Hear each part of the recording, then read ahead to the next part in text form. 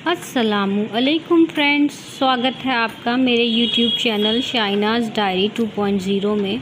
और इस कहानी का शीर्षक है मायका भाभी से नहीं होता। सोनल की भाभी सोनल को 4 बार फ़ोन कर चुकी थी, पर सोनल फ़ोन ही रिसीव नहीं कर रही थी। बाद में जब सोनल किचन से बाहर आई तो देखा उसकी भाभी के 4 मिस कॉल हैं लगातार। यह देखकर वह घबरा गई, क्योंकि उसकी भाभी को पता होता है कि अगर सोनल 2 बार में फ़ोन नहीं उठाती है तो इसका मतलब यही है कि वह अपने काम में व्यस्त है और या फिर फ़ोन से दूर है। अब सोनल का मन घबरा रहा था, क्योंकि भाभी के 4 फ़ोन लगातार आने से उसे टेंशन हो गई थी, क्योंकि सोनल की मम्मी की तबीयत इन दिनों ठीक नहीं चल रही थी। अभी 2 दिन पहले ही सोनल अपनी मम्मी से मायके में मिलकर आई थी। फिर भी सोनल ने हिम्मत करते हुए अपनी भाभी को फ़ोन लगाया, और फ़ोन जैसे ही भाभी ने उठाया तो सोनल को रोते हुए कहा, दीदी मम्मी जी हमें छोड़कर चली गई हैं। रात को अच्छे से सोई थी।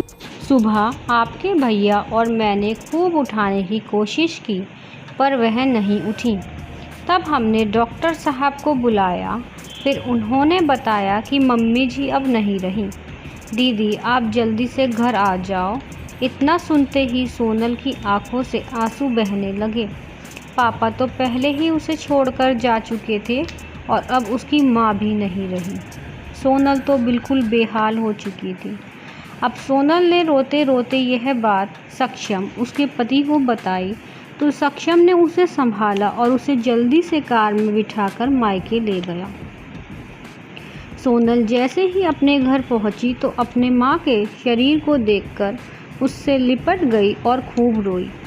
आखिर में सक्षम ने उसे किसी तरह समझाया और माँ का अंतिम संस्कार किया। सारे विधि विधान होने के बाद भी सोनल की रुलाई रुकी नहीं रही थी। उसे माँ की बहुत याद आ रही थी। तब सोनल की मौसी ने उसके आंसू पोंछे और उसे संभाला और कहा, सोनल बेटा ऐसे दुखी मत हो। दीदी नहीं रही तो क्या हुआ, मैं हूँ ना तेरी मौसी। मेरा घर भी तेरा मायका है। तेरा जब मन करे तब आ जाना अपनी मौसी के पास। वैसे कहते भी तो हैं ना, मौसी मतलब माँ जैसी। बेटी मैं तेरा दर्द समझ सकती हूँ, क्योंकि तेरे पापा तो पहले ही तुझे छोड़कर जा चुके हैं और आज दीदी भी चली गई। कहते हैं ना कि माँ के जाने के बाद तो लड़कियों का मायका ही छूट जाता है। यह भाभी तो बस दुनिया को दिखाने के लिए नाम का रिश्ता होता है, क्योंकि मायका तो माँ से ही होता है।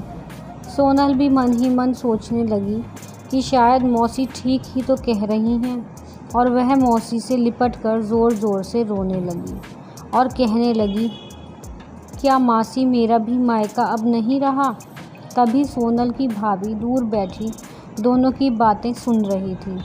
पहले तो भाभी ने सोनल को चुप कराया और फिर उसे दिलासा दिया। फिर भाभी ने मौसी से कहा कि मौसी जी आपने ऐसे कैसे कह दिया कि मायका केवल माँ से ही होता है। मैं मानती हूँ कि माँ का स्थान कोई नहीं ले सकता, लेकिन अभी दीदी के भैया भाभी ज़िंदा हैं, और जब तक हम हैं दीदी का मायका हमेशा बना रहेगा। मैं पूरी कोशिश करूँगी दीदी को मम्मी जी की तरह प्यार और सम्मान देने की, और दीदी जब चाहें तब यहाँ आ सकती हैं।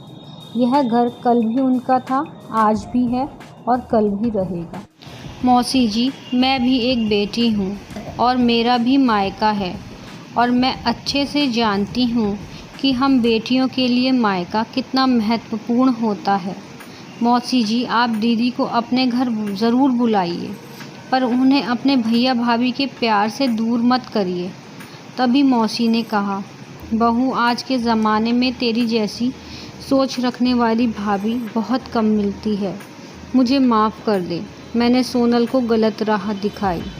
तभी सोनल अपनी भाभी के गले लग गई और बोली, भाभी आज आपने मुझे विश्वास दिला दिया कि भाभी भी माँ के समान होती है, और मैं संतुष्ट हूँ कि जब तक आप और भैया हो मेरा मायका सदा बना रहेगा।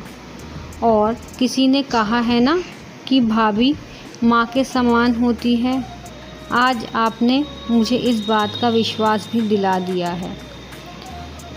Thank you. Do like, comment, share and subscribe my channel for more story. Please support my channel.